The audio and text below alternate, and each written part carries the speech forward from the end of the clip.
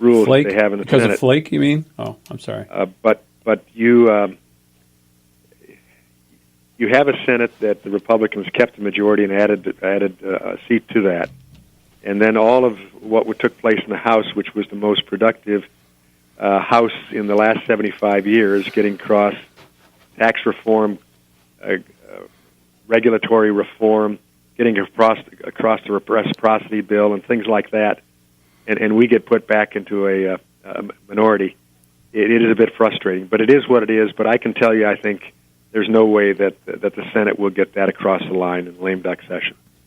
Do you think there's any hope at all for border security in the next session? I was watching this guy on Tucker. There's very little hope in the next session, but in lame duck, I think there still is some hope that we're going to get funding probably for the next 2 to 3 years. He won't. Is that get Andrew McCarthy's bill? He won't get that bill. He already has received 3 bills from the House that had $25 million of funding in it. None of those have made it through the Senate. So I think the writing is on the wall that the Senate isn't going to do it now. They won't be able to do it next time because we have Nancy Pelosi as Speaker, so it's not going through the House. I saw this guy on Tucker the other night, maybe last night, the night before, and this guy was a liberal, and he was starting to talk about how Democrats were changing their tune on immigration, illegal immigration, about border security, and actually had Tucker in agreement with him, which was like, wow, you don't see that all the time. And I just wondered, is there some kind of a sea change going on? Not a sea change. There may be a few members, because of what's taking place in Texas, Arizona, and California, what they're seeing happening there and the impact that it's having. A few may be changing their mindset a bit, but overall, no, you're not going to see that. It's too ideological. Right now, if we can get 2 years of wall funding through, I'd certainly be really pleased. That gives us a chance to get through the next election, and because of what goes on, it may give a better chance for the Republicans to take back a majority and then move forward. And hopefully the Senate will have learned something by then, and hopefully they'll end that filibuster rule. Okay. Alex, did you have anything? Well, I think it's not in the Democrats' interest to fund a wall or to even enforce immigration law, because right now they're looking to gain voters through both legal and illegal immigrants and chain migration.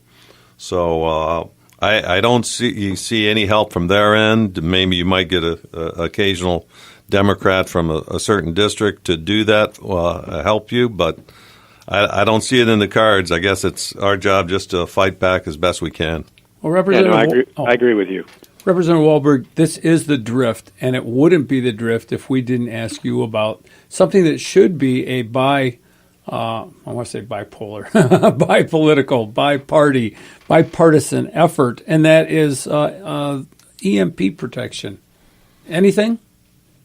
Well, we lost our greatest pusher of that, Trent Franks, who sat on the appropriate committee to do it. No, there are still efforts.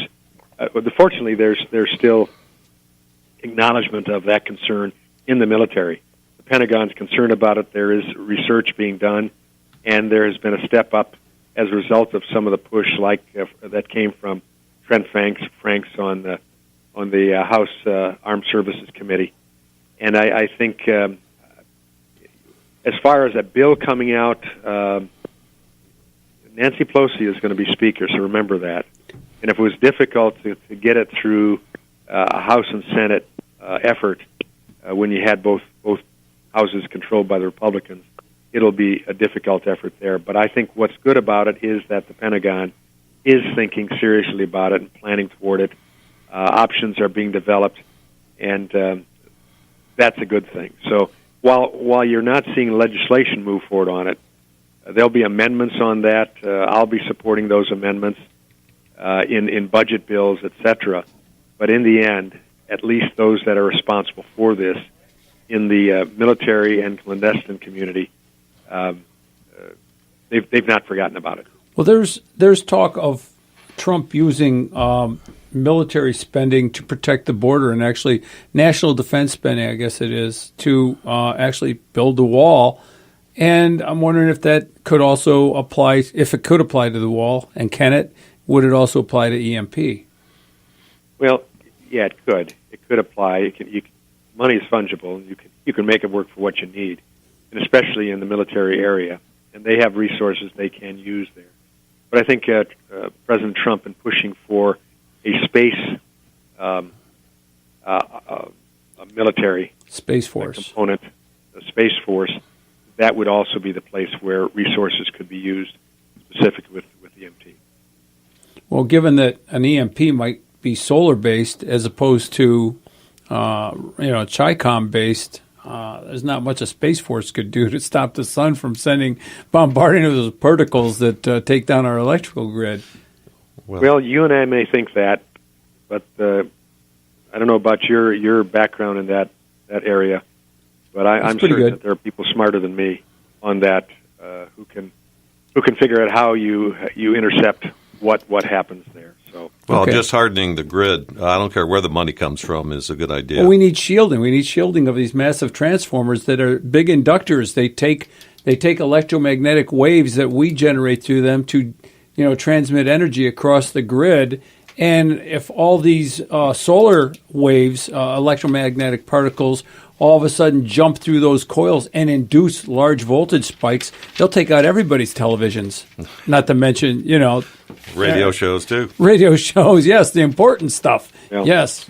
Right now, count ourselves fortunate that we have a president in the White House that is talking tough, acting tough, and leading tough. So that's a good thing. Okay. All right. Well, that's. Were there any closing words you want to speak to? Well, I just say thanks again for the opportunity. It's going to be a new year soon. This country is a great country. It's gone through very difficult times. Some would say with civil war and the like, tougher times than what we even have now. I think the citizens reminding themselves that they still are the ones that control what takes place.